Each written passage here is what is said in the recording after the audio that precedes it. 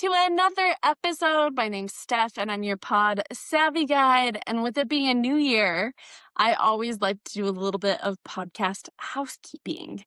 And that is, I'm looking at sites, fixing links that maybe don't exist, changing the email address, updating series descriptions.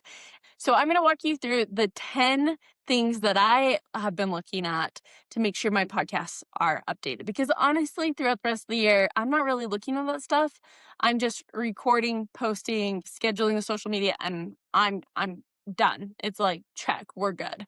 So the first thing is, and this is actual stuff that I'm doing, like this isn't stuff that I asked ChatGPT. Like I have 6 series, 5 of them are active right now. And so like I've really this weekend have been net deep of looking at every single one of these things and being like, okay, is this updated?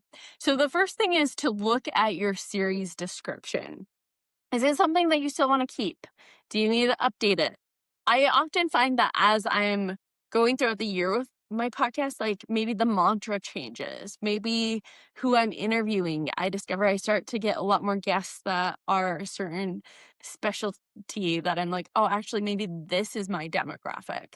So just looking at the series description, see if it needs any updating. And that's number 1. Number 2 is to look at your podcast logo. Does that need to be updated? Do you have old co-hosts on there that maybe aren't on the show anymore? Does the picture still look like you, or is it from like 5 years ago? I definitely have a picture I need to update that's really old.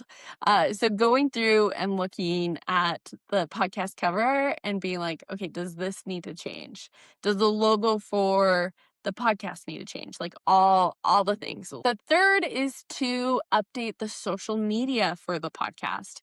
Now, there was a time that I was super ambitious with my podcast and I made Instagrams and Facebooks for every single channel. And at one point I had LinkedIn's too, and I like deleted them. But with having so many channels, I've been going through and being like, okay, like even for work, I've deactivated some of our accounts if those podcasts aren't active anymore. And I'm like, maybe we'll bring it back at one point, but it just looks like before it used to be cool, even if you had a podcast, even if you only posted on twice a year. Now people are looking for a little bit more consistency. It doesn't have to be every week, but like, are they posting monthly? Like, is this still current, you know? So that's what I've been looking at with my social media of, okay, the description, is that still what I want? The bio, is that correct? Do I have the outdated logo on there? Do I need to do a few posts so that it looks current? Sometimes the social media takes a little bit of work. So looking at your social media, getting that relevant. And if you're just doing it on your page, maybe do you have a link to your podcast in the highlights? Do people know that you do the podcast? Just updating all that. The fourth thing is making sure all the links work. Now, when you publish your podcast, there's a spot for like the website and your social media icons in Spotify for creators. So making sure that like those are the right links, making sure if you have a Facebook or Instagram page, those links work, making sure if you have a website for your podcast that everything is working correctly. As I've gone through and done this, I'm like, oh my gosh, there's so much stuff that was broken or wasn't working and that I've had to fix. Okay, the 5th, 6th, and 7th thing all have to do with booking guests. Now, if you're using Calendly or another booking service like You Can Book Me, number 5 is making sure that the times that you have available are actually the times that you want to podcast. If you're noticing like that, you know, Mondays at 6, you actually didn't want a podcast, then maybe take that off the slot. If you started your resented time, then maybe find a time that works better and that you were like, oh, this actually fits a little bit more. I found that like when I have a work from home day or it's like a really big focus day, I don't want to have to be like, oh, I need to go get ready and I need to switch gears. Like that to me is frustrating. So now I'm trying to block my episodes all at times where it's just naturally transitioning from one activity to another, not being like, oh, I have to interrupt whatever flow state I'm in to go get ready and podcast. Number 6 is to update your outreach message, whatever that is. If you're sending out an email to people, make sure that that's current. If you're just sending a text, I love this because I find that, like, so often in a year, I learn a lot more, and how I invite people is different, so it just makes it nice to have a template that's updated with how you are actually inviting people to be a guest on your podcast. And then number 7 is to update your reminders. If you're using Calendly or you can book me, make sure that you're going in there and looking at the calendar invite, looking at the email that's sent after booking, looking at the 3-day reminder, the 1-day reminder, the email that you're sending to your guests after the links are out, just to make sure that, like, that's still what you wanna share and that those links are correct. Because, like I said before, sometimes in podcasting, you just get going with the to-do list and we forget, "Actually, I misspelled something," or, "This isn't correct."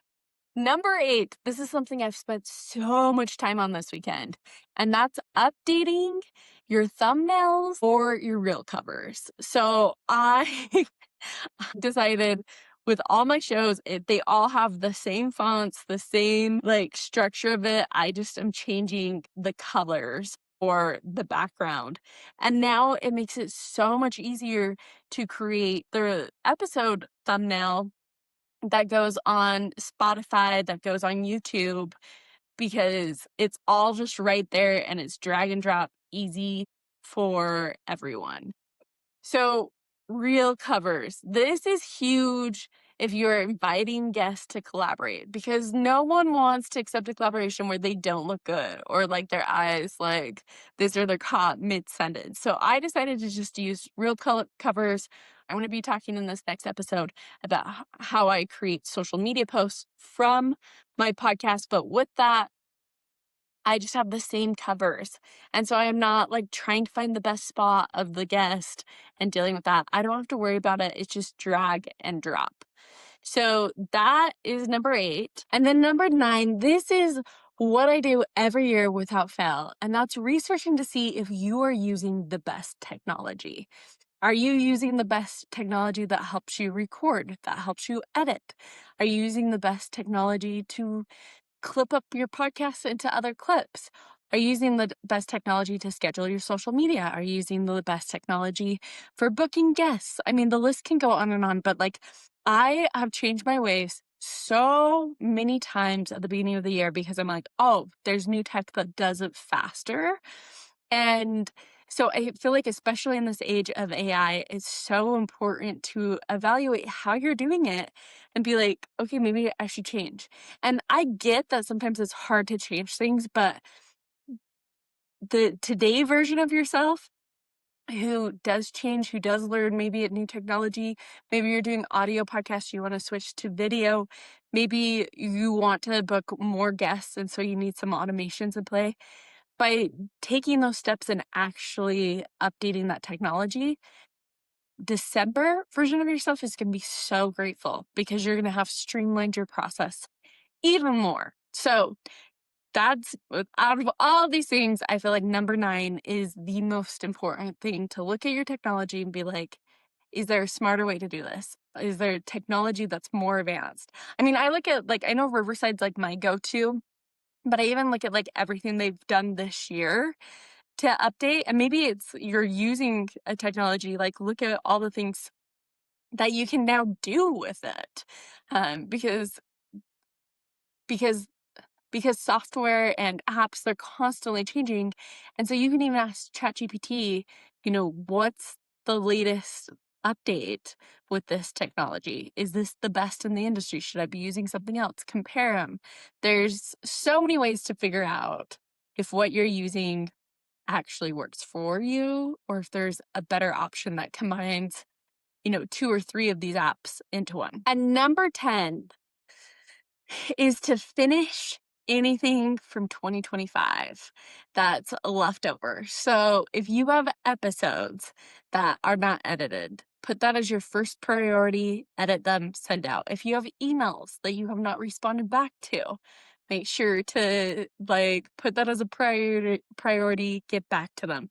Like, don't leave anything hanging from the previous year. I've done this so many, I told you before that I had a few years where my podcasts were on the back burner. It was hard to get caught up. And I really feel like by not addressing stuff now and bringing it to the year, it just makes it harder. So make your to-do list, be like, we are getting this done, spend a whole weekend, get caught up with it, because then you're going to have that like looming over you. So I hope that this helps take care of like the admin side of things so that you can go back to recording and editing and publishing to be in the groove of that. And if you want to learn how to use social media to promote your podcast, the next episode, I'm going to go over my system that I'm using, and hopefully it will be able to help you as well. And whatever it is that you need to get done with your podcast this week, maybe it's something that popped in your mind as I was talking about this list of 10 things to do. Get it done, because your audience needs your voice, your expertise, and your personality. So get out there and continue creating, and I will catch you for another episode of Pod Savvy Guide next Saturday.